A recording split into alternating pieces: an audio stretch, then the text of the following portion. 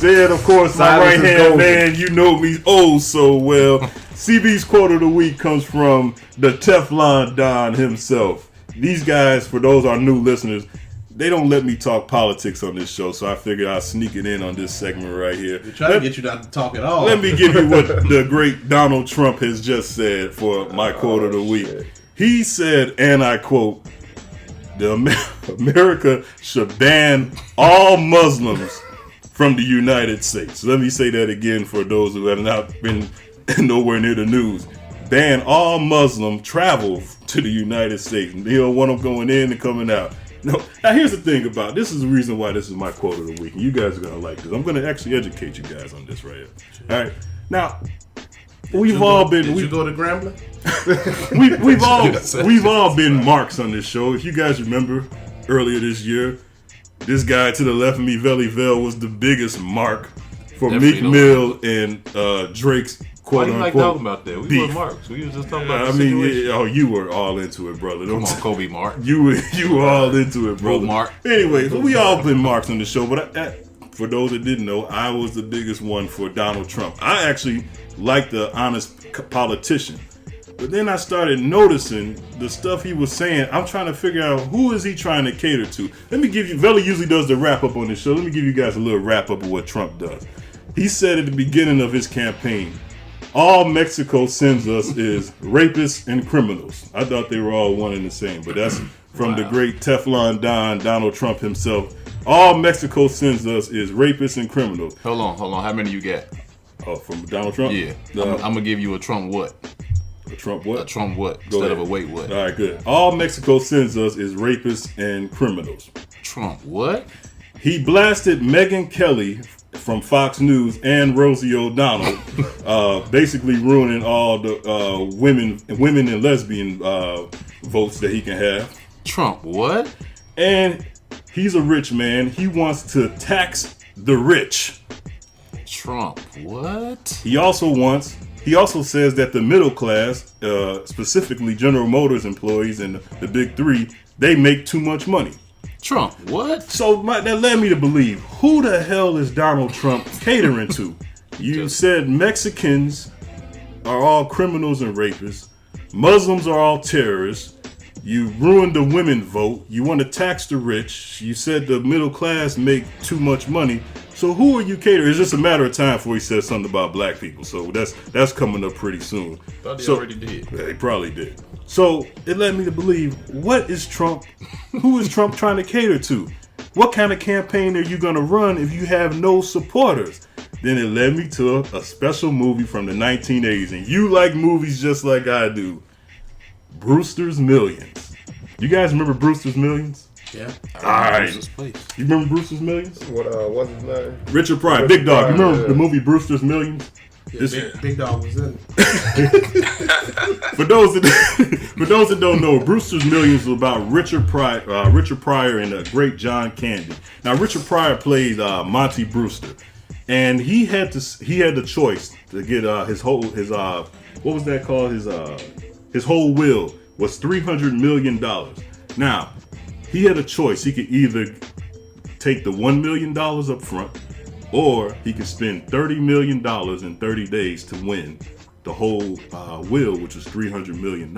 So Brewster did stuff like he bought an iceberg that melted, you know what I'm saying, because he couldn't have no money left. He actually bought $1 million stamp, you remember that, and mailed the letter off, so he didn't have that stamp anymore. But the best thing he did was at the end of the movie when he ran for governor. And that's when he said, and his campaign was based on vote for nobody. He spent millions and millions of dollars on a campaign on voting for nobody. And I gotta tell you, I got the soundbite right here. That sounds so much like Trump. For Salvino or Heller is just as silly as them running for office, which is just as silly as me running for office.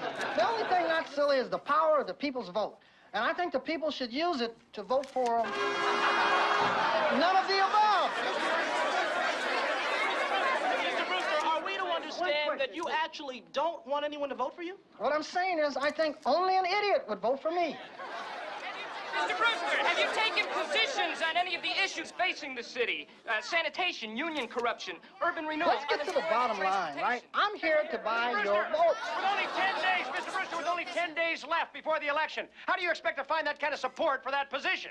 I don't expect to get support. In fact, I'm asking people not to send money into my candidacy. I think the people should keep their money. They're going to need it after this election. Johnny Brewster, that's me, right? And tonight, I'm here to talk to you about none of the above. You know how it is around election time and you decide not to vote because the two candidates are so repulsive. Repulsive's not the word. We're all full of shit. I didn't think you were supposed to use that kind of language on television. Maybe he's just trying to get his point across. I never wear a suit and a tie. Never. I mean, these are just things that politicians use to trick you into thinking that they're respectable. Well, I want to ask the question. Who's buying the booze? Who's buying the food? And who's trying to buy your vote? And who are you going to vote for? Say it again. Let me hear it one more time.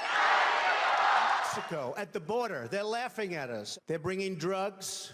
They're bringing crime. They're rapists. The big lie, Obamacare. $5 billion we spent on a website. I hire people. They do a website. It costs me $3. Are you running? Are you not running? I am officially running for President of the United States.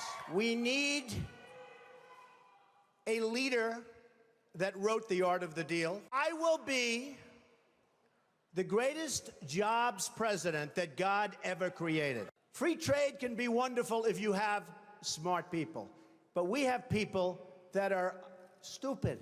I like China. I just sold an apartment for $15 million to somebody from China.